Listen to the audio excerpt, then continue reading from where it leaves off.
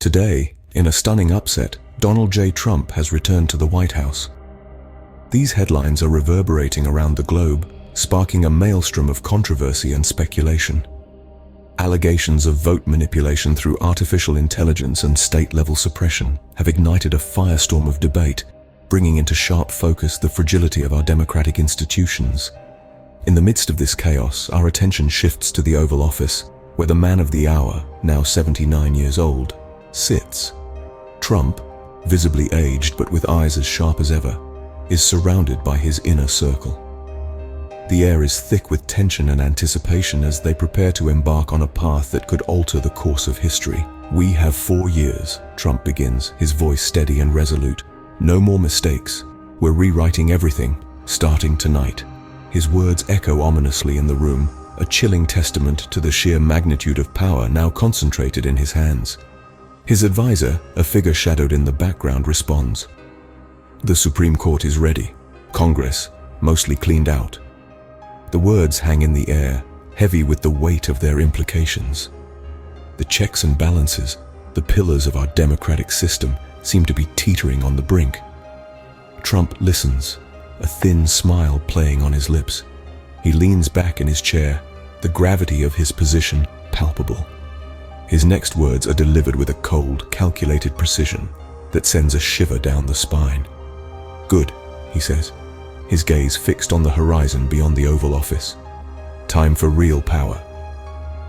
As the echo of his statement fades, one thing becomes increasingly clear. The world as we know it is about to change.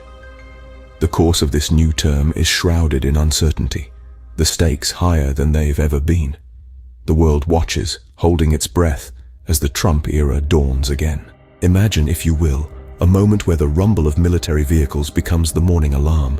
The once bustling city streets filled with the hum of life are now patrolled by stern-faced soldiers.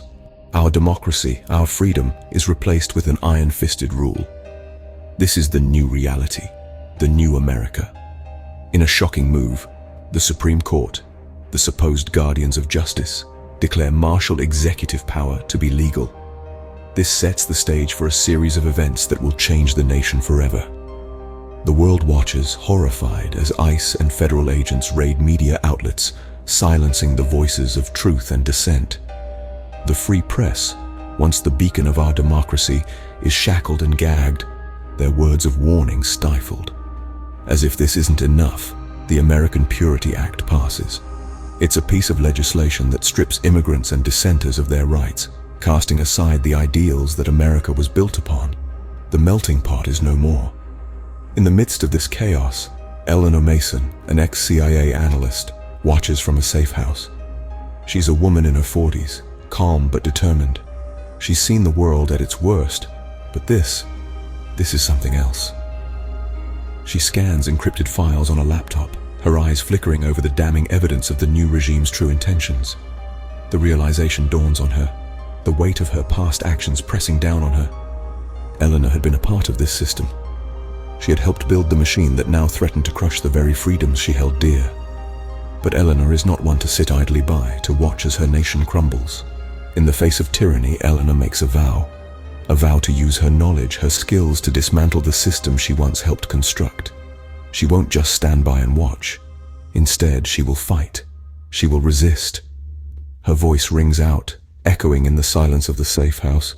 "I helped build part of the system. Now I'm going to destroy it." Eleanor breaks into a government surveillance hub. Her mission is clear, and she's prepared. She's been part of the system. She knows its strengths, but more importantly, its weaknesses. Her heart beats in rhythm with the keystrokes as she uploads classified files. Each byte of data, a potential spark for the societal tinderbox. These are not just files. They're evidence of a dystopian reality. They reveal the dark underbelly of a regime that has weaponized fear and manipulated the truth. A list of names targeted for assassination, plans for military coups, and the chilling details of a biometric data collection program intended to suppress dissent. A Pandora's box of secrets is flung open, and the information is now in the hands of the people. The world watches in shock as the truth unfolds. Global media erupts into a frenzy, covering this unprecedented leak. The world that was silent now has a voice. The world that was blind now sees. The world that was stagnant now moves. Back at the White House, a furious Trump is briefed. The shockwaves of Eleanor's actions have reached the highest echelons of power. The once untouchable leader now feels the heat. The walls of his fortress seem to close in as he grapples with the magnitude of the situation. NATO threatens sanctions. The world is watching, waiting for his next move. With a grim determination, he issues his command, "Shut it down." But the internet is not a beast that can be tamed with a single command. It's a decentralized network, a hydra with 1,000 heads. With each attempt to silence it, it only grows louder. Frustration morphs into desperation, and Trump makes a chilling decree: then kill her. Eleanor, once a cog in the machine, now becomes its most formidable adversary. The woman who was once invisible is now the most wanted. The woman who once whispered now roars. The woman who once followed orders now leads a revolution. The stage is set, the players are in position, and the game is only just beginning. Eleanor appears live.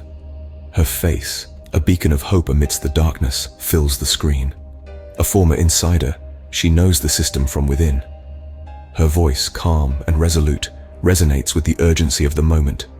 "Your world has been manipulated, your freedom stripped away," she begins.